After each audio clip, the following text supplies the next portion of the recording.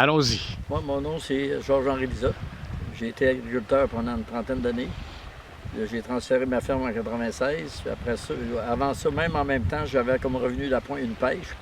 J'ai travaillé là-dedans à partir de l'âge de 10-12 ans avec mon père, peut-être 9 ans même. J'allais à la pêche avec mon père dans le temps, puis la nuit pour tenir le fanal. Puis on a réussi à faire vivre une famille, puis on est rendu... on a eu 4 enfants. Ben, je me suis marié, on a eu 4 enfants. Puis on est rendu à 24. La famille s'agrandit tout le temps. C'est comme le fleuve, on pense que ça va arrêter un jour, puis ça n'arrête pas. Ça continue de couler. Ça fait que en un mot, ma vie, c'est pas mal ça. Puis je suis content de ce que j'ai. Comment ça a commencé la pêche en anguille pour vous? La pêche à l'anguille, ça a commencé un bon matin que j'étais assez grand pour aller à la pêche. Mon père était dedans depuis nombre d'années. Puis mon grand-père avait eu ça aussi. Mon arrière-grand-père a touché à ça un peu. Ça fait que ça faisait bien du monde dans la pêche à l'anguille. Puis on a dit, on va continuer. Tu sais, j'allais avec mon père, puis je traînais le fanal, puis je suivais en arrière. Puis c'est pour ça qu'il y en a qui disent, pourquoi tu cours tout le temps? Moi, je courais tout le temps. C'est parce que mon père, il mesurait 6 pieds 1, puis moi, j'ai la même grandeur que j'étais un peu plus petit que ça, tu sais. Puis il fallait que je cours pour le suivre. Ça fait que là, j'ai pas changé, j'ai couru. Comme un de mes neveux me disait l'autre jour, il a couru jusqu'à 70 ans. Là, je ne sais pas ce qui arrive, il ralentit. Fait que là, c'est peut-être la pente ascendance. Je n'ai au moins la moitié de faite, là. Sur le galon mesuré. Oui. Comment ça se passait, la pêche à l'anguille? Racontez-moi comment ça se passait quand vous étiez jeune. Ça se passait qu'on allait monter ça toute la famille. Toute la famille touchait à ça. Peut-être pas les filles autant, mais les gars, nous autres, on était 4 gars. Mon père il y avait 4 gars dans la famille. On était 12 enfants. Puis tous les gars ont été un bout de temps à la pêche. Moi, j'ai commencé, puis j'ai rendu à 15-16 ans. Mon père a dit, tu as été à l'école assez longtemps, tu as instruit, tu es capable de faire la pêche. Puis c'est là que moi, j'ai embarqué. J'ai eu un permis de pêche vers 17-18 ans dans la rivière. Mon père nous tendait ça pour nous compenser pour le travail qu'on faisait avec lui un peu. Fait que moi, j'étais bien fier. La première année, j'ai vendu 50$ d'anguilles. Je suis fier. Puis c'est comme ça s'est passé. Après ça, ça a monté tranquillement. Puis en 77, mon père a transféré ses permis à moi. Puis j'ai continué jusqu'à ce temps-là. J'ai frappé le bon, puis le pas bon, puis pas le meilleur.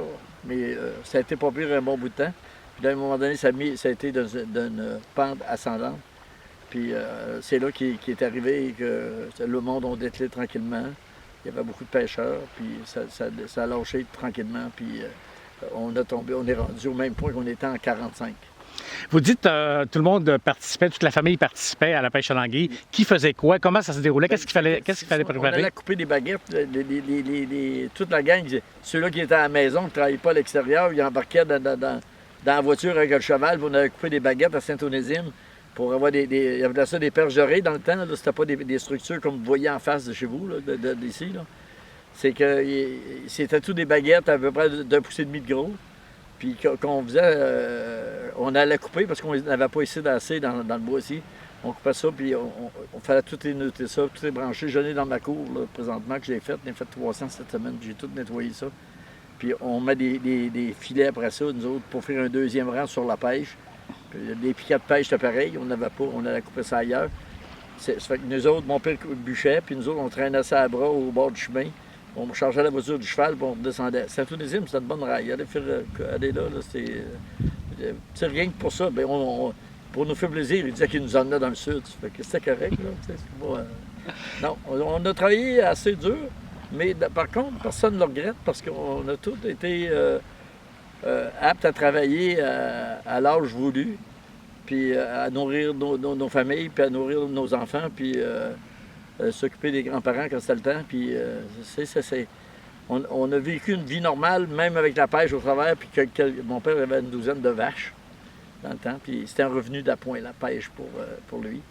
Mais je me demande lequel était le revenu de la pêche. Je ne sais pas si la pêche ou si c'était les vaches. Mais le revenu d'appoint, on n'a jamais su lequel vraiment qui était. Là. Dans ce temps-là, la comptabilité était peut-être vite faite. Parce que la pêche à l'anguille, finalement, dans le temps, ça marchait fort. Ça marchait parce que tous les agriculteurs des années 40 avaient tous le petit bout de pêche devant de la porte. Mais à un moment donné, c'est venu comme ça fait aujourd'hui. il n'y avait plus d'anguilles dans le fleuve, puis il n'y avait aucune raison. Au lieu de dire, ben là, on va pleurer pour ce qui arrive, on continuait nous autres. Là, les gens, l'ouvrage à l'extérieur est arrivé, les gars travaillaient à Tourbière, travaillaient ailleurs, ils trouvaient de l'ouvrage en dehors. Fait qu'ils ont laissé aller à la pêche, puis jusqu'en 56, 57 à peu près. Là, dans ces années-là, il y avait des pêches à poissons qui ont été transférées en pêche anguille. Le gouvernement donnait des permis à tout le monde. Tout le monde qui voulait avoir un permis pouvait l'avoir. Ça fait qu'il y avait des clôtures à tout encore. Mais plus les gens, il y avait des tracteurs, il y avait ça pour faire les structures plus facilement qu'avec des chevaux, comme on avait dans notre temps. Bien là, il allait en tracteur. Puis nous autres, on a continué plusieurs années à faire ça avec des chevaux. Il disait que mon père disait c'est pas rentable, un tracteur dans l'eau. Puis là, ben, non, mais ça enlevait l'ouvrage en maudit, quand on l'avait. Comment ça se passait? Vous dites que bon, tout le monde préparait les trous. Racontez-moi, c'est quoi un piège anguille? Comment ça marche un piège anguille? Le piège anguille, c'est fait comme un réseau d'aqueduc. Une pêche anguille, on fait un angle, puis en arrivant à la boîte, là, on rapetisse tout le temps. On rapetisse pour que le courant accélère puis rentre dans la boîte. Ça fait que vous faites comme une espèce d'entonnoir, un V, là, qui fait une aile de chasse. Puis je pourrais même te faire un plan sur le sable. Ici, là, la structure qu'il y a là, il n'y a pas de filet après. Il va y avoir une aile qui va avoir 80 pieds, puis l'autre 300 pieds, qui va venir jusqu'à terre, bloquer le poisson qui passe à terre, là, proche du rivage. Puis l'automne, c'est un peu ça, la migration d'anguilles. Elle cherche les endroits moins difficiles pour pouvoir longer le bord. C'est le courant est trop moins fort, peut-être que plus loin. Fait que c'est comme ça que ça fonctionne. Puis le courant, en baissant, ça pêche toujours au baissant. Le courant, avec le baissant, accélère vers l'entrée. Puis là, plus que ça rapetisse, ça accélère vraiment le poisson vers la boîte. Fait qu'il ne peut plus ressortir là. OK, il est pris là. Oui, c'est comme un réseau d'aqueduc. Tu rapetisses, puis ça fait plus de pression. J'ai toujours vu ça de même dans ma tête à moi. Je ne sais pas les autres comment ils voient ça, mais moi, c'est ça. Puis la situation dans les pêches, c'est le fun parce que tu es toujours surpris. Tu n'es pas surpris parce tu es surpris parce qu'il n'y a rien. Tu es surpris parce qu'il y a de plus. Puis tu sais, il y a toujours une surprise à quelque part qui fait que tu es content ou pas content. Ça fait que, non, moi, j'ai continué jusqu'à temps. Puis je pense que c'est ma dernière année. Ça commence à être plus fatigant. C'était quoi une bonne pêche dans le temps? On a déjà pris une fois à la pêche, nous autres, moi et mon père, 4100 anguilles dans une marée, dans une nuit. On avait travaillé, on est parti à 2 heures de la nuit. Puis à 8 heures, on n'était pas rentré. Ma mère a envoyé mes sœurs nous voir si j'étais seul avec mon père. Puis il a envoyé nous voir ce qu'on faisait là. Nous autres, on montait de l'anguille, puis on la dompait à terre dans un tas. Puis dans la journée, on a tout mis ça dans des poches. Je ne sais pas moi, quantité de poches de jute qu'on a rempli dans la journée. Ça a été la meilleure pêche que j'ai vue, moi personnellement, la meilleure marée. Il n'y a pas grand monde qui l'a vu parce qu'on était du seul avec un fanal à l'huile, je pense, dans le temps. Si je ne me trompe pas, pour moi, on avait encore un fanal au corrosienne. Puis le globe n'a tout noir. Ça fait on était content quand la clarté est arrivée pour finaliser ça. Ça fait que des vaches ont été tirées à 10 heures d'avant midi. Ça a beaucoup changé le nombre de prises. Oh oui, il n'y en a plus. Bien, il n'y en a plus. Il faut s'entendre, là. Aujourd'hui, 400 anguilles, là, ça serait comme 4000 dans le temps. Puis ça arrive une fois ou deux dans l'automne, 350, 400. Mais on cumule assez encore pour rester en vie. Tu sais, faut que tu travailles, par exemple. Faut que tu travailles ça toi-même, payer le moins de main-d'œuvre possible. Puis il faut avoir une vision de ce qui est bon et ce qui n'est pas bon. Nous autres, c'est comme si j'ai enlevé 100 mètres en arrière, j'ai enlevé ici de la pêche. Je fais 300 quelques pieds là, que j'ai enlevé en arrière parce que c'est dur à tenir, là. Puis c'est à tour dans l'eau. Quand on plantait nos piquets, il y avait toujours un pied d'eau, c'était dur à planter. On avait trop de pertes, là. On avait trop de pertes de temps, puis trop de pertes de main-d'œuvre. Si on arrivait là, puis on était 3-4 pour monter des pêches, bien là, on payait dans le vide parce qu'à un moment donné, on plantait 2-3 poteaux, puis la mer était revenue. Puis, fait que là, on a mis ça plus court. Puis à l'entrée de la rivière, j'ai fait pareil. J'ai enlevé 600 pieds à l'entrée de la rivière. Je fais ce qui est rentable. c'était rentable pareil avant, plus loin, mais en dernier, ça ne l'était plus. Ça fait qu'on a coupé des bouts qui coûtaient trop cher à monter. Puis ça n'a pas brisé nécessairement ben le nombre là, quand il était en décadence. Tu sais. Je suis meilleur, j'avais toutes mes pêches en 99, puis je suis meilleur aujourd'hui qu'en 99. Parce qu'il y a des pêches qui ont laissé 9 ans. Tu sais, les gens ont vendu le permis au gouvernement parce qu'il y a eu un offre d'achat, puis que le gouvernement achetait des permis puis pour les éliminer. Ils les ont éliminés comme ils avaient donné des permis, mais ils étaient obligés de les racheter pour les éliminer. Pourquoi il y a moins d'anguilles qu'avant? Bien, on pense à la cause des barrages aussi, qui redescend beaucoup moins de reproductrices. Nous autres, on en prend un certain nombre, mais dans le temps, quand il en descendait beaucoup, on pouvait en prendre beaucoup. T'sais. Là, il en descend moins parce qu'il n'en monte plus. Les barrages, il y a je ne sais pas comment il y a de rivières en Naché dans la région de Montréal. Vous avez rien qui demandé ça, c'est plutôt un scientifique à moi, là. Mais c'est pas plus grave que ça. Je peux vous dire, moi, je pense qu'il y a 14 barrages dans la région de Montréal, puis il y a beaucoup de seuils d'eau là, pour faire des baignades, puis faire des choses d'eau. Des barrages hydroélectriques, tout ça, ouais. Ça fait que il y a beaucoup de marais, là, qui des petits lacs artificiels qui se font à même le fleuve, qui a des seuils d'eau, puis l'anguille ne ponte plus. Parce que les gens vont dire, là, ils nous parlent de Montréal, mais c'est quoi le rapport avec Rivière-Ouelle? C'est que l'anguille, parlez-nous de l'anguille, qu'est-ce qu'elle fait, où est-ce qu'elle se reproduit, où est-ce qu'elle va, puis le temps qu'elle revienne. L'anguille, elle s'en va dans la mer des Sargasses. Puis là, elle se reproduit là. Mais quand elle descend l'automne, c'est là qu'elle va. Elle va se reproduire. En Floride, ça? Hein? C'est où la mer des Sargasses? C'est pas dans le coin de Cuba ou quelque chose comme ça. Je pense que c'est en Floride. Dans les Antilles, quelque chose comme ça. En tout cas, c'est à 4500 km ou 4200 km d'ici. C'est une trotte à faire l'automne. Puis elle fait ça dans le froid. Puis ça descend plus au ralenti, plus en hypothermie. Puis elle descend tranquillement. Puis à l'entrée de la rivière Ouelle, elle s'acclimate à l'eau salée. Ça niaise plus un peu à l'entrée des rivières pour s'acclimater vraiment à l'eau salée. Parce que là, à part de l'eau douce, celle-là, quand elle fraye là-bas, au bout de 5 ans, elle sera supposée être rendue au barrage environ à, je ne sais pas combien de centimètres, là, un pied, ça va mettre 20 cm, 25 cm. Puis il y a... quand elle arrive au barrage, elle est à peu près cette longueur-là. Fait que faut qu'elle peut faire de la réputation s'il y a une passe. Mais s'il n'y a pas de passe, là, ça ne marche pas, là. Tu sais, elle ne peut pas passer. Même si elle ne passe, ça ne veut pas dire qu'elle va passer là. Ça ne veut pas dire qu'elle va passer là. Puis ils font des comptages là-dessus aussi, là. Puis il y a 2 ans, ça a été bon. Je pense que l'année passée, ça a été moins bon. Ça, vous sauriez ça plus par des scientifiques. Ouais. Mais je me tiens pas mal au courant de tout ça, pareil. J'ai encore des amis là-dedans, puis je m'occupe plus de l'association autant. Je suis membre, mais c'est pas moi qui s'occupe de ça. Okay. Puis, mais pourquoi l'anguille va là-bas? Elle va grandir, là. C'est un poisson anodrome et catodrome qui dit ça.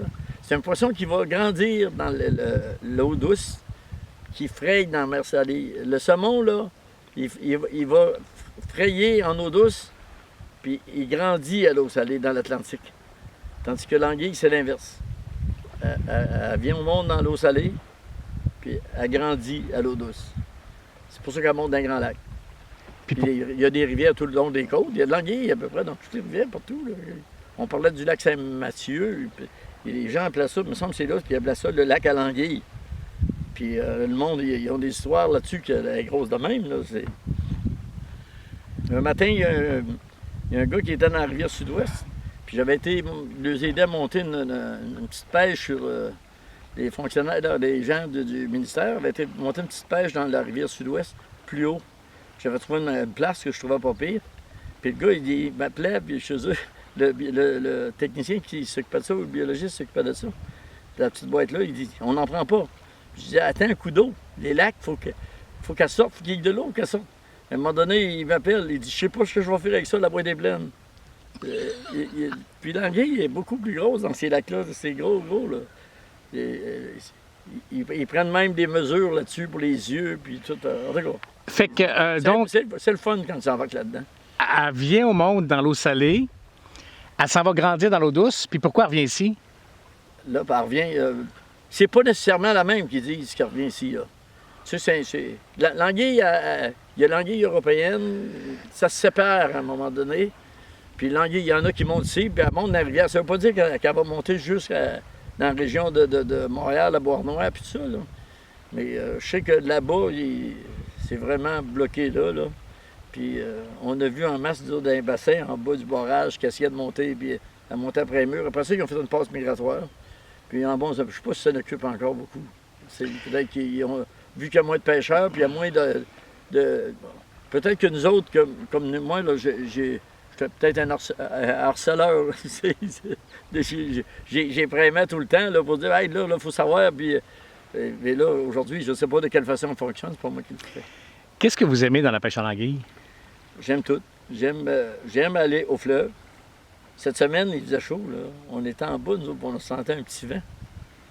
Puis il y avait un gars, il avait emmené sa blonde pour nous aider, lui, un employé, puis, qui vient m'aider.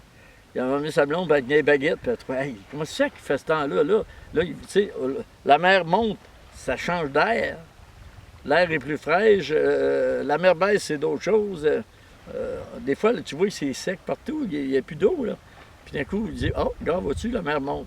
Il vient une petite air fraîche, puis ça fait du bien au monde. Là. Ça les réveille pour 1 heure, 1 heure et demie. Là. Quand l'eau arrive à nos bottes, on part, on s'en va. Et les surprises que la mer vous donne aussi. Oui, oui. Faudrait... Puis quand j'ai fait des ensemencements, je disais, je voulais remettre à la mer ce qu'on avait pris. Tu sais, j'ai dit ça souvent, je veux remettre à la mer tout ce qu'on y a pris. Pas tout ce qu'on y a pris, on veut s'en garder un petit peu. Puis, on est égoïste un peu. On est tous des gars égoïstes un peu dans la pêche parce qu'on veut pas tout prendre, mais on voudrait en prendre. Fait que, ouais, ça va revenir tranquillement, par exemple. Il ne faut pas se décourager avec ça. C'est sûr qu'il y a une baisse. Là. Chez Bombardier, c'est pareil. Les gens sont reculés il y a 15 jours. Ils reviennent au bout de 15 jours, c'est bon, puis là, c'est parti. Du coup, hop, ça referme. Mais là, le poisson dans le fleuve, c'est peut-être comme ça aussi. Là, à un moment donné, lui, il produit moins une année. L'année d'ensuite, bien, ça fait sûrement des cycles. Alors, M. Lizotte, il y a déjà eu aussi dans le fleuve de la pêche au Beluga. Racontez-moi comment ça se passe. Qu'est-ce que c'était? La pêche au Beluga, c'est arrivé dans les années en 1700. Moi, les plus vieux documents que j'ai de la pêche au Beluga, c'est 1708. 1708. Un monsieur Pelletier, Sirois, je pense. En tout cas, j'ai pas tous les noms. Je relèverais j'aurais dû emmener mes documents. Pas grave. Puis, je les ai déjà sur les documents. Il était 6 personnes. Attendez un petit peu, on va simplement recommencer ça, parce que les documents, je les ai déjà, là. Fait que ce que vous nous aviez montré l'autre jour, là, je les ai encore, ces images-là, sont encore bien bonnes, là. OK, c'est beau. Fait qu'on va simplement, on va les voir, là, je les ai encore, les images. Fait qu'on recommence, là, on reprend. Alors, monsieur Lizotte, parlez-moi de la pêche au Beluga, comment ça se passait, qu'est-ce que c'était? La pêche au Beluga, ça se passait que les gens formaient des sociétés, puis ils montaient une pêche, ils demandaient un permis au gouvernement, puis ils montaient une pêche. Puis les gens partaient, puis ils travaillaient durement là-dedans. Ça, c'était dur, ça. Ils montaient ça. Mon grand-père a acheté la pêche en 1913 de la compagnie. Il avait formé une compagnie en 1870. Puis lui, il a tout racheté ça en 1913, la terre à bois, puis tout le kit, là. Il a payé ça 5200 $ en 1913. Il payait ça 1 $ l'action. J'ai toutes les actions, j'ai des papiers d'action. Bon, il a racheté ça 25 par 25. Puis un gars qui avait 25 actions, il fallait qu'il fournisse 25 baguettes. Puis bon. Fait que, pour une histoire courte, c'est que le Beluga, il le prenait, il se battait avec dans le fleuve pour le sortir de là. Il faisait une clôture dans le fleuve de 3 km environ. Il y avait 72 arpents de long, ce qui montait là, 7200 baguettes. Ça allait avec les actions. Il fallait qu'ils mettent 7200 baguettes dans le fleuve. Ça partait peut-être du camping de Rivière-Ouelle, puis ça venait juste à l'entrée ici de la Rivière-Ouelle. Puis c'est le même qui pêchait ça. Puis là, il engageait bien du monde pour faire la pêche à beluga avec eux autres, parce que c'est pas 25 belugas, puis comme dépecer ça, puis tout faire ça sur la plage ici, là. C'était pas la job ordinaire, là. Puis il y a des journées qui peuvent faire chaud aujourd'hui, là. C'est pas c'est un affaire qui se conserve pas indéfiniment. Fait que ça ne va pas sentir toujours l'eau de rose. Ça, j'étais pas là dans ce moment-là, mais je sais qu'il y avait des vieilles bâtisses dans les années 45, quand ils ont fait ça. Moi, j'avais 5-6 ans. Puis ça sentait encore là-dedans, la vieille huile, puis tu sais, la senteur de l'huile de poisson, là. C'est des vieux barils qui étaient là, fendus, ces affaires-là. Fait que quand il montait ça, il choisissait le meilleur là-dedans, puis le plus beau gras, puis il vendait ça aux Américains. Il vendait ça à Canac Marquis à Rivière-du-Loup, qui achetait de l'huile aussi. Puis j'ai des factures de ça, j'ai tout des... Quand puis quand il montait ça, c'était avec des chevaux. Il attelait ça par la queue, puis il montait. Il les abattait au fleuve, par exemple. Puis il attendait que la mer remonte pour pouvoir avoir plus de facilité à en accrocher 4-5 en arrière d'un cheval, s'il y en avait beaucoup. Puis il emmenait ça sur la plage. Puis il y avait le groupe qui dépassait sur la plage. Il y avait l'usine pour faire fondre l'huile, la bouillotte, puis il appelait ça la bouillotte. Puis il y avait même une affaire pour tanner les peaux, là, puis il enroulait ça sur un rouleau, puis il ôtait tout le gras à ça. J'ai vu ça, ces instruments-là, mais c'était tout débâti un peu dans ce temps-là. Là. Puis mon père a travaillé là-dedans, puis il trouvait que c'était un beau métier, lui. J'ai dit, ça, je le sais pas, mais ça devait être dur. Pas des bottes, il n'y avait rien que des cuissardes dans le temps, il n'y avait pas de bottes en dessous des bras. Ça se faisait à la fin d'avril, début de mai, monter ça. Ça fait que c'était plusieurs nuits au fleuve pour qu'il ne se rentabilisait pas. Mais quand la pêche était partie, c'était assez payant. D'après les factures qu'ils ont pour le temps, c'était assez payant pour ça. Pourquoi vous faites de la pêche au beluga? Ils faisaient ça pour vendre l'huile, puis pour vivre. Tu sais, il y avait un permis du gouvernement. Aujourd'hui, on les traite de braconniers, on les traite de toutes sortes d'affaires. Ils ont tout tué dans le golfe. Mais quand tu arrives avec tout ce qui est arrivé dans le golfe, que moi j'ai comme preuve, c'est pas la pêche commerciale qui a détruit le beluga, c'est les bombardements dans le fleuve. C'est le curé de la Rivière-au-Tonnerre qui était là, qui se battait avec les pêcheurs de morue dans le temps qui disaient que le beluga mangeait la morue, puis que ces pêcheurs étaient obligés d'aller trop au large pour pouvoir pêcher. C'est pour ça qu'il y avait le ministre était là-dedans. Ils ont donné 28 000 pour 25 800 pour détruire le beluga dans le fleuve. Il parlait carrément de détruire le beluga quand il y avait une lettre à mon grand-père là, pour tendre des pêches sur la Côte-Nord. Il disait, là, si on peut mettre ça là, vos pêches sont merveilleuses pour détruire le beluga. Mais on ne faisait pas ça dans l'intention de détruire. Mais ça faisait vivre 36 hommes pendant 2 mois de temps. Puis il louait les chevaux. Ça fait que, à quelque part, il s'abombe la société dans le temps. C'était vraiment une pêche logique du temps. Mais quand ils ont arrivé avec les bombardements, puis ils ont tout fait, puis la pollution qu'ils ont faite dans le fleuve, ça a été bien pire que ces pêches-là, ça. Mais personne n'a parlé de ça dans le temps. C'est la pêche qui avait tout fait. Puis faut les expliquer à un moment donné que c'est pas tout vrai, là, ce qui se compte des fois. Là. Qui bombardait les belugas? Il avait engagé un pilote français pour faire ça, qui avait fait la guerre de 14-18. Puis c'est le gouvernement, je ne sais pas si fédéral ou provincial, le ministre Laferté dans le temps, qui avait donné l'argent pour payer ce pilote-là qui venait bombarder le beluga dans le fleuve. Ça fait que là, on n'a jamais eu, j'ai essayé, moi, par les jésuites, puis d'avoir s'il y avait eu d'autres de retour des lettres de mon grand-père, puis là-dessus, puis ces affaires-là. Puis ça s'est jamais passé. Ils n'ont jamais rien trouvé. Ça avait brûlé dans les archives, ça fait ci, ça fait ça. Mais à quelque part, il y a quelqu'un qui sait comment ils ont tué le beluga dans le golfe. Aussitôt qu'ils voyaient une plaque blanche, il y avait 5-6 belugas ensemble, ils longeaient une bombe. Et c'est carrément de même que ça s'est détruit, le beluga. Puis après ça, là, aujourd'hui, on nous dit c'est la pêche commerciale qui a tout détruit ça. On va les voir en bateau, on passe quasiment par-dessus. Ça fait que... vous avez vu, il y a eu une affaire qui est arrivée à Rivière-du-Loup chez vous, il n'y a pas bien longtemps, où une madame a trouvé un petit beluga sur le bord de l'eau. Rien dit que c'est pas en allant les visiter qu'ils ont déboussolé le petit beluga avec des moteurs, puis que le petit beluga s'en allait au bord de l'eau, puis s'est perdu de sa mère, là. C'est pas en le remettant à l'eau avec le groupe qui ont sauvé ce beluga-là. Ils arrêtaient aussi bien de prendre le petit beluga, l'envoyer à l'Aquarium de Québec ou quelque chose comme ça. Eux autres l'auraient nourri. Moi, je pense que c'est ça que j'aurais fait, moi, trouver un petit beluga de même sur le bord. T'en prends soin, mais tu fous pas ça à l'eau de même. Il y a quelqu'un qui a manqué quelque part. Mais c'est ça. Comment ça se passait? Vous dites que, bon, on les ramenait avec les chevaux. Il fallait on mette 5200 poteaux, c'est comment? Il y avait 7200 baguettes de plantées à partir du camping de Rivière-Ouelle, mettons, je ne sais pas si ça te dit l'idée.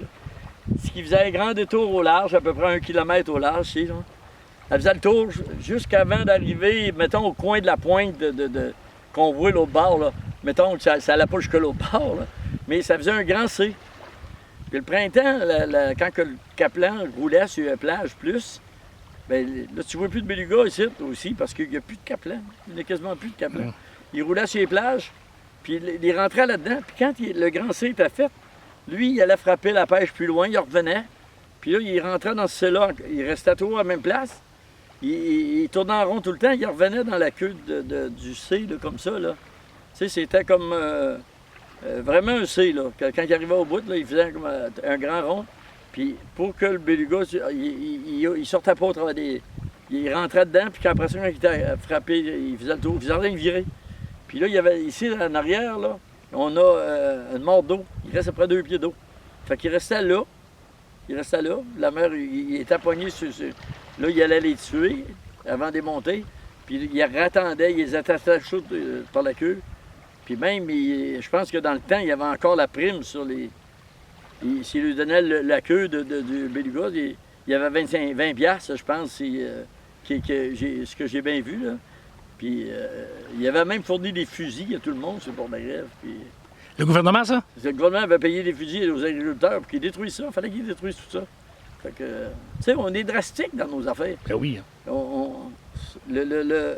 C'est comme pour le phoque.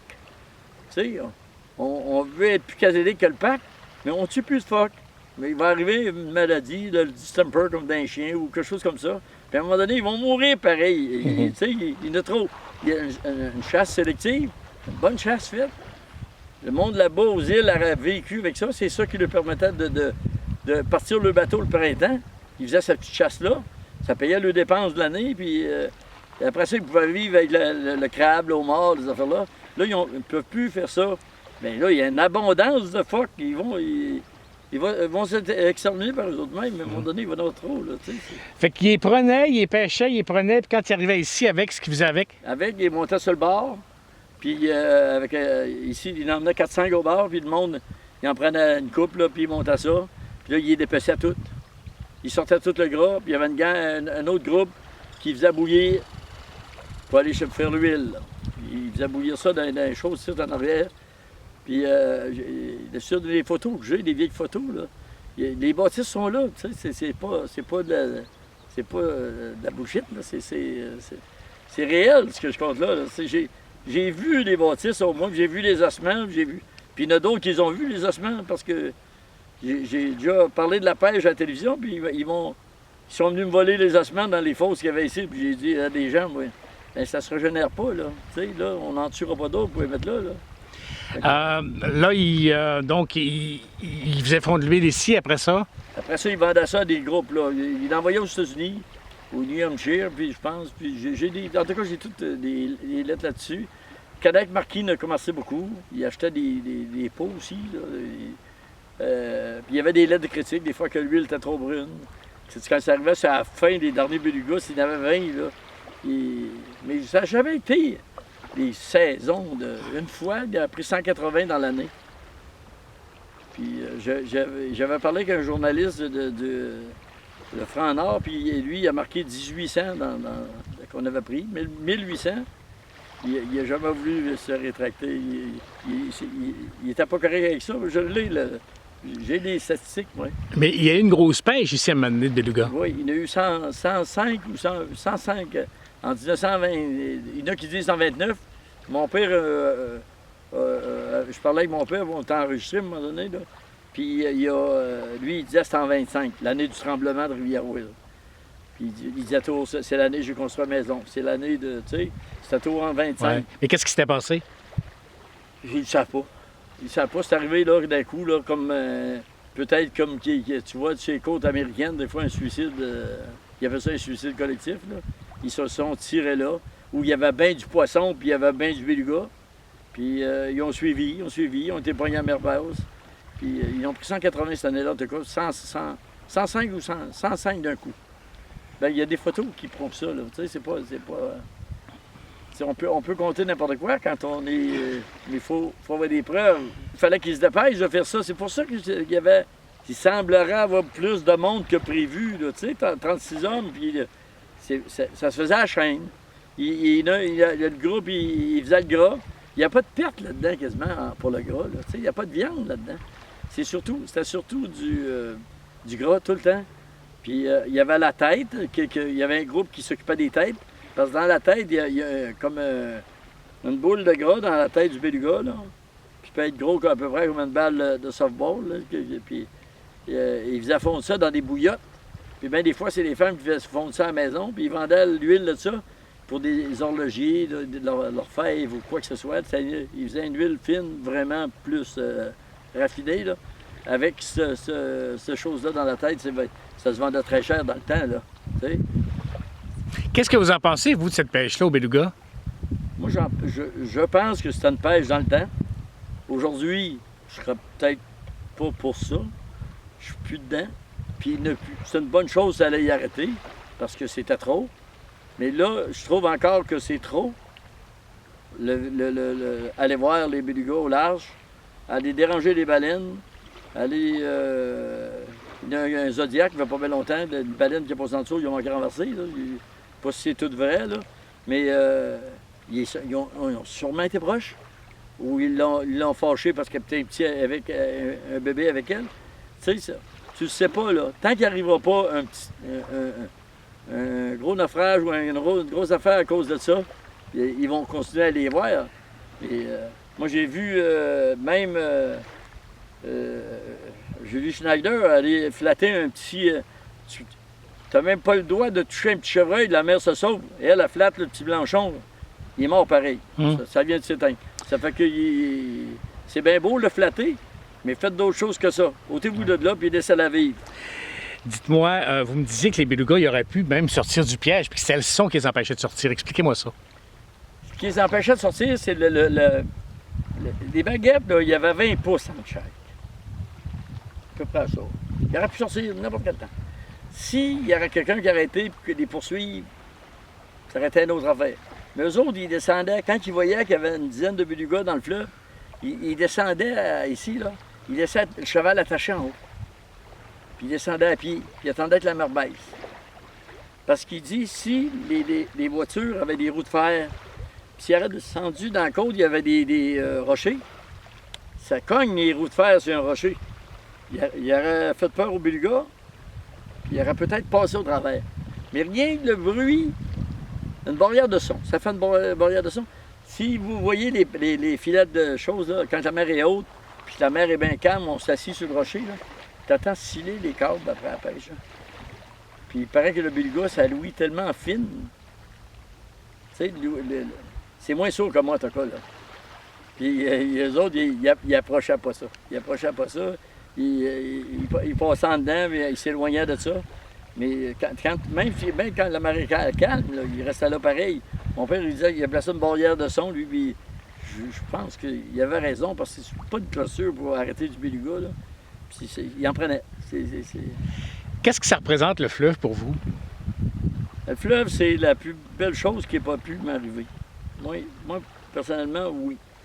Parce que j'ai travaillé dans le fleuve, puis je vais vous dire plus que ça, là, je ne sais même pas nager. OK? Je me suis battu parce que je faisais des pêches en tracteur, puis des gens de Gaspé, ils disaient, il est fou, lui. Hey! En tracteur dans l'eau. Eux autres, ils ont des gros maudits bateaux. Tu sais, le gouvernement provincial nous envoyait nos permis, puis ça marquait la longueur de votre bateau. Il n'y a pas de bateau. Tu sais, on y allait avec un cheval dans le temps. Ben c'est ça, c'est un cheval ou là, c'est un tracteur. Fait que vous alliez les pêches en guise, c'est loin dans le fleuve, là. C'est loin dans le fleuve. On allait à l'eau à 5 d'un cheval. Mais la mer est basse. Mais quand la mer baissait pas beaucoup, on y allait pareil. Tu sais, j'ai déjà été avec mon neveu, puis à un moment donné, c'est moi qui l'ai ramené. L'eau rentrait dans ses bottes, puis il voulait perdre le souffle. Fait que, donc le fleuve, c'est votre vie? C'est ma vie. C'est ma vie. Puis, si je te dirais, là, moi, des fois, là, la vie... dans la vie, tu as besoin de 10 minutes de calme. OK? 15 minutes. Le dimanche avant-midi, je m'en allais sur le rocher, je m'assisais sur le rocher, là, les 2 pieds dans l'eau, puis j'étais bon pour la semaine. Tu sais, c'est pas... Puis il n'y a pas une journée que je viens pas sur le bord du fleuve. Fait que le gars qui m'a enlevé ce terrain-là que j'ai ici, là, il il serait plus en vie s'il avait essayé de me l'ôter. Je comprends. C'est pas fin de dire ça, là. Mais c'est ça. Je deviendrai agressif. C'est comme part d'un des miens. Ça fait que je garderai J'aime autant garder mon terrain, puis là, on est bien. Il y a un gars qui me dit un coup, pourquoi tu vends pas des terrains? Je n'aurais plus le droit de marcher autour de ma pointe, ce ne sera plus à moi. C'est que, never mind d'argent, là, t'as pas besoin d'argent. Je vais vivre avec ce que j'ai, puis ça va bien. Tu sais. C'est pas. Super. C'est beau, merci. T'es quoi? Bon, là, on est devant. Expliquez-moi, on est devant quoi et puis comment ça marche. Là, on est devant une structure de pêche commencée. La structure est montée, les poteaux sont là. Il n'y a rien de raidi. Il faut raidir les cordages plus rigides que ça. On raidit ça avec un tracteur. Puis, quand c'est tout bien placé, on place un filet qui a 16 pieds de haut, avec une chaîne en bas de 8-9 livres au pied. Puis, on s'arrange pour que ça reste là. Donc, quand c'est tout attaché, là, on fait le même V que les anciennes pêches qu'il y avait avant pour accélérer le courant. Mais c'est tout en filet, du filet de 16 pieds de haut qui est là. Puis, on s'est fait comme un genre de nacelle dans l'odeur pour attacher en haut parce que tu es à 17 pieds dans les airs là, quand tu fais ça. Puis là, il reste les filets. Là, il nous reste comme 2 jours à travailler à temps plein après ça pour la finaliser. Ça nous donne à peu près comme 600 pieds, pas 1000, là, mais 600 pieds de long. Les 2 pêches ensemble, là, 300 pieds là, 300 pieds là. Ça fait 600 pieds de permis qu'on a ici. Là. Ça veut dire que l'anguille, elle part d'où? Parce qu'elle se ramasse où? L'anguille, elle part de Montréal, puis elle descend sur le long, elle va à l'entrée de la rivière avant. Elle s'en vient ici dans l'Anse, il s'en prend une partie là, puis l'autre partie se prend là. Mais il y en a beaucoup, il y en a gros qui s'échappent, là, ils ont tout le moyen de s'échapper, on prend pas toutes. Là. Vous leur donnez des chances. J'ai des amis en bas, là, puis ils veulent en avoir, eux autres aussi. Faut pas être trop gourmand. Ça veut dire que là, il y a deux coffres. Il y a 2 coffres, ils sont pas installés encore, ils sont sur le bord de la berge. On va les installer la semaine prochaine avec des entrées de filet qui vont avec ça. Mais le grand filet, on va mettre ça rien qu'au 10 de septembre. Ça, la mer amène ça, l'hiver, ça se défait tout? Oui, il ne restera rien si on a laissé un bloc de ciment, puis c'est tout défait. L'année, on a essayé des blocs qui tiennent la structure du coffre dans le fond de l'eau avec des pieds, puis il s'est débâti. Ça fait qu'à cette heure, on les monte sur le bord, puis on les laisse plus en bas. Mais c'est de l'ouvrage en maudit. Qu'est-ce qui fait que vous aimez ça tant que ça? Ben, c'est parce que dans ce temps-là, c'est pour être moins vicieux. Je sais bien. On travaille plus. En tout cas, c'est pas. Non, je vais couper ce bout-là. On va sortir de ça. Non, mais c'est parce que c'est. C'est parce que c'est toujours l'ambition de savoir ce qu'il y a là-dedans. Un jour, tu arrives là, il n'y a rien. Le lendemain, il y a de quoi, puis là. Tu dis à quelqu'un, il y a un bon vent, hey, la soirée, ça va être bon. Il n'y en a pas. Tu sais, le connaisseur, il vient tout perdre, là, tu sais. Ouais. Il reste vicieux. Une pêche comme ça prend combien de temps à monter du début à la fin? Ça prend. Moi, ça me prend à peu près, avec mes gars, là, quand on est des gars, ça pourrait prendre à peu près 8 jours. Pour ça, l'ensemble. 8 jours, mais on travaille à peu près comme 3 heures par jour. Vous avez combien Ça fait combien d'années que vous pêchez l'anguille, d'ailleurs, avec les permis et tout? Moi, j'ai des permis depuis l'âge de 17 ans.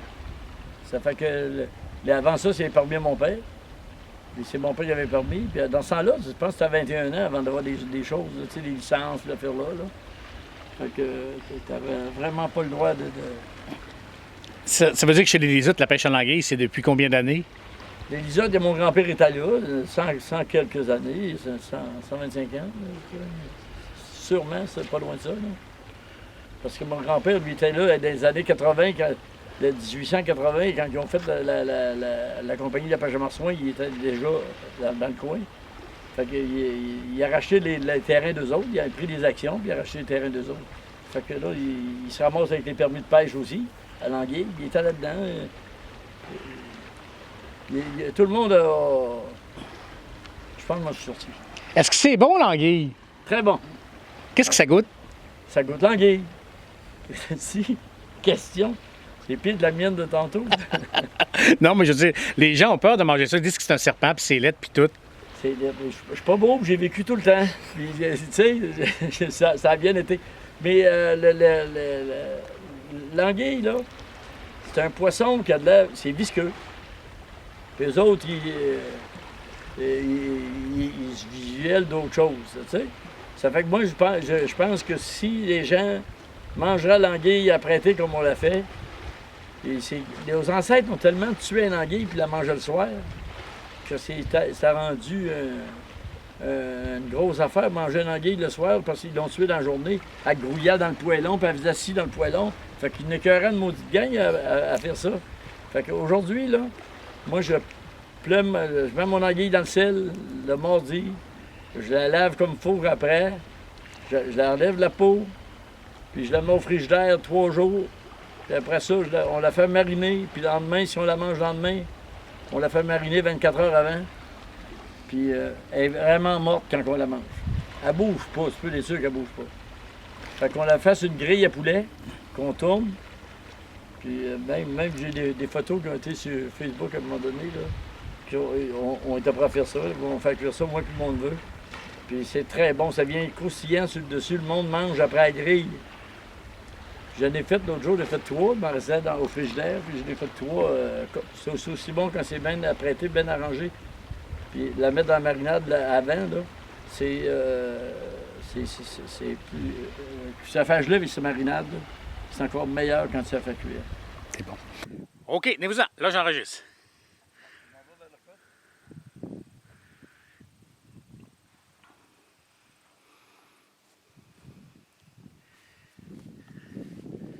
OK, attendez un petit peu. OK, continuez.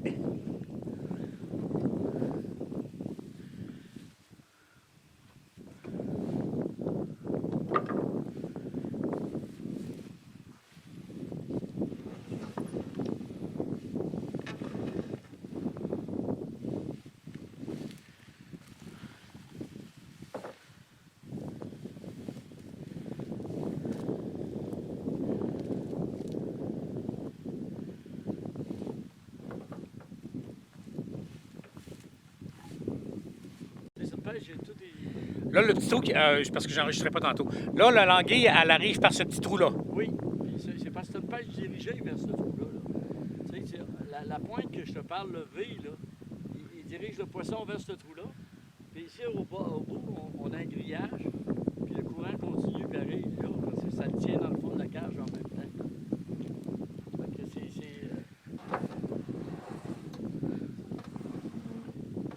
il s'agit de ne pas oublier de mettre les pins. Ah ouais? Si on ne met pas ça, il n'est pas dans le coffre est ouvert, puis tout est parti. Ça vous est-tu déjà arrivé? Ça a déjà arrivé. Ça, c'en est d'autres qui passent en arrière de nous autres. Des fois, ils viennent à la pêche avec nous autres. Là, ça, on est habitués. Là. Il y en a un qui surveille les gens quand il y a des fois beaucoup de monde, la fête du soleil, des fois, on est jusqu'à une trentaine, des fois, qui viennent là, tu sais, pour faire un tour, voir ça, comment c'est fait, puis tout ça. Puis là, il y en a un qui est habitué de notre famille, là, qui passe en arrière, puis il ressonne tout ça. Puis là, il dit, touchez plus à rien, c'est fait. Puis ce trou-là, il sert pour faire sortir les petits éperlants trop petits, les petits barres, les petits... Là, au-dessus, la maille, c'est 7-8. Ça fait qu'il peut en sortir. Même, j'ai juste fait pour des gens, je vous ai montré une fois, voici comment ça allait. J'ai mis une autre boîte par-dessus le grillage pour voir comment il en sortait vraiment. Bien, on ne pouvait pas savoir vraiment non plus parce qu'il y en a qui rentraient dans la petite boîte, puis il rentrait dans le coffre, tu sais. OK, oui. Il voyageait, mais des fois, on en voyait 50, 60 là-dedans. Là. Puis ça veut dire qu'il aurait sorti une centaine, là, des petits poissons là, qu'on ne peut pas garder, là, tu sais. Ben oui. Allez-y. Ça, c'est dans le rota, mon gars, ça, qui casse dans toute sa saison. Ça me sert de pin. Je pense qu'il prend plaisir à en casser pour trouver des pins. Pour former le coffre. Ça roule comme ça. Puis quand on repart,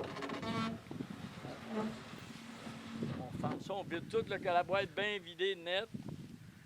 Puis il faut mettre nos pins. C'est comme le coffre-fort pour barrer, vous voulez voir.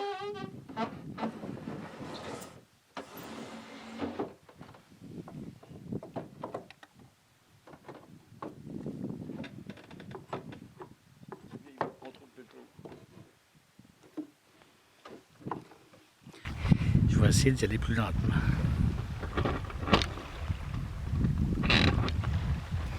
Tiens, calme-toi, là. Être du pied dans l'eau. C'est vrai que ma mère faisait ça aussi. On s'assisait pieds dans l'eau, puis tu regardais la mer, puis tout allait bien. C'est vrai, tabarnouche, je vais te dire que...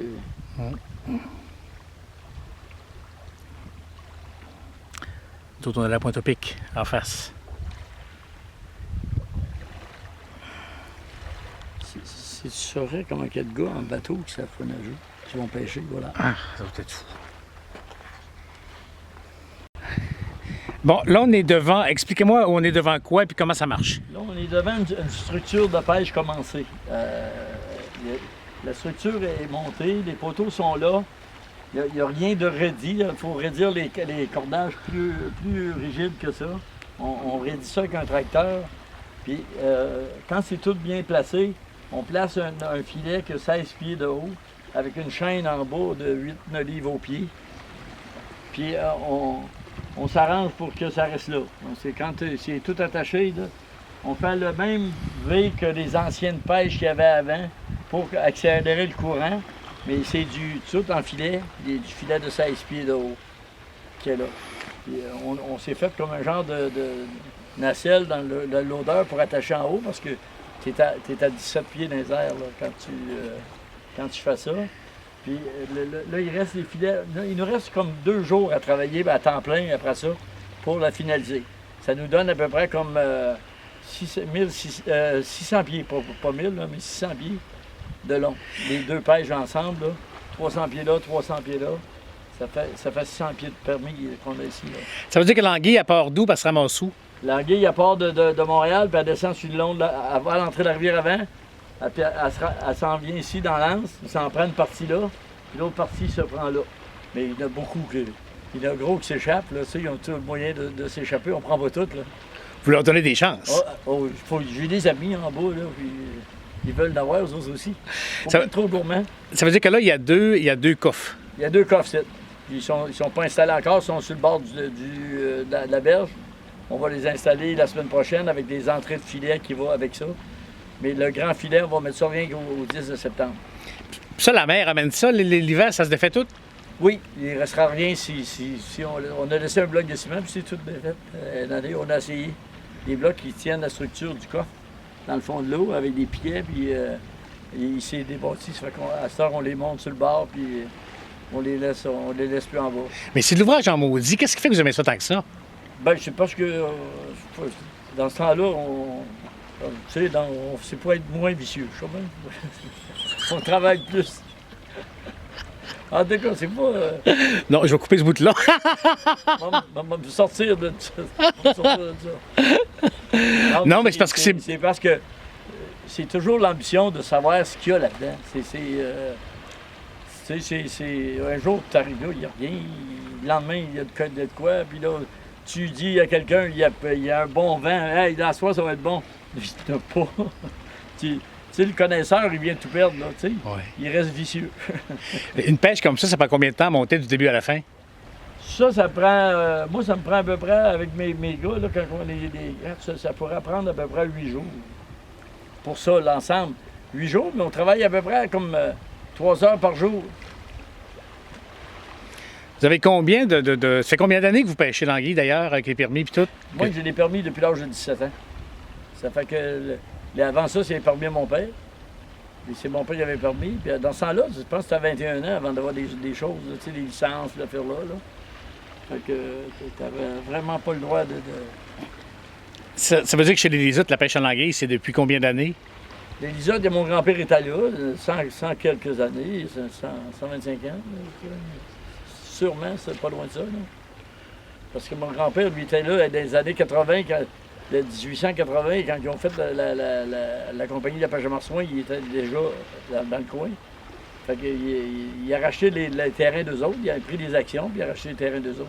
Fait que là, il se ramasse avec les permis de pêche aussi, à l'anguille, il était là-dedans. Tout le monde a... Je pense que moi, je suis sorti. Est-ce que c'est bon, l'anguille? Très bon. Qu'est-ce que ça goûte? Ça goûte l'anguille. Si, question. C'est pire de la mienne de tantôt. Non, mais je veux dire, les gens ont peur de manger ça. Ils disent que c'est un serpent, puis c'est laid, puis tout. Je suis pas beau, j'ai vécu tout le temps. Puis, tu sais, ça a bien été. Mais l'anguille, là, c'est un poisson qui a de l'air. C'est visqueux. Puis eux autres, ils se visualisent d'autres choses, tu sais. Ça fait que moi, je pense que si les gens mangeraient l'anguille apprêtée comme on l'a fait, nos ancêtres ont tellement tué une anguille puis la mangeaient le soir que ça a rendu une grosse affaire manger une anguille le soir parce qu'ils l'ont tué dans la journée. Elle grouillait dans le poêlon puis elle faisait assis dans le poêlon. Fait qu'il n'écœurait une maudite gang à faire ça. Fait qu'aujourd'hui, là, moi, je mets mon anguille dans le sel le mardi, je la lave comme il faut après, je la enlève la peau, puis je la mets au frigidaire 3 jours. Puis après ça, on la fait mariner, puis le lendemain, si on la mange le lendemain, on la fait mariner 24 heures avant. Puis elle est vraiment morte quand on la mange. Elle bouge pas, c'est peu sûr qu'elle bouge pas. Fait qu'on la fait sur une grille à poulet, qu'on tourne. Puis même j'ai des photos qui ont été sur Facebook à un moment donné, là, qui ont été prêts à faire ça. Ils vont faire cuire ça, moi et mon neveu. Puis c'est très bon, ça vient croustillant sur le dessus, le monde mange après la grille. J'en ai fait l'autre jour, j'ai fait 3, je m'en restais au frigidaire, puis j'en ai fait 3. C'est aussi bon quand c'est bien apprêté, bien arrangé. Puis la mettre dans la marinade là, avant, là, c'est plus. Ça fait gelé avec sa marinade, c'est encore meilleur quand ça fait cuire. Quand vous regardez, c'est vrai, quand vous regardez le fleuve, là, assis là, ça vous ramène où? Ça me ramène que j'ai toujours été ici. J'ai toujours. Puis je serais pas capable de vivre ailleurs. C'est là que ça me ramène. J'aurais de la misère à. Il va falloir que dans les foyers, il va falloir qu'ils mettent une chute d'eau. Pas d'eau, vous, c'est impossible. Non. Moi là, j'ai coupé le bois, puis tu verras ma maison, là, j'ai coupé les arbres en bas. Puis le gars de la MRC est arrivé chez nous, puis il dit. J'avais critiqué mes taxes un peu. Là. Comme je suis à 500 pieds de l'eau, j'ai dit, moi, il n'y a pas d'eau chalet en bas de chez nous. Bien, c'est justement ça. Si tu as un autre rangée de chalet, au lieu d'être évalué 1,40$ du pied carré, tu serais évalué 1$. Tu sais, pour les taxes. Ça fait que j'ai dit, mais là, regarde ça, il y a le bois qui est là, là. Il dit, vous l'avez coupé? J'ai dit, oui, découpé pour construire ma maison.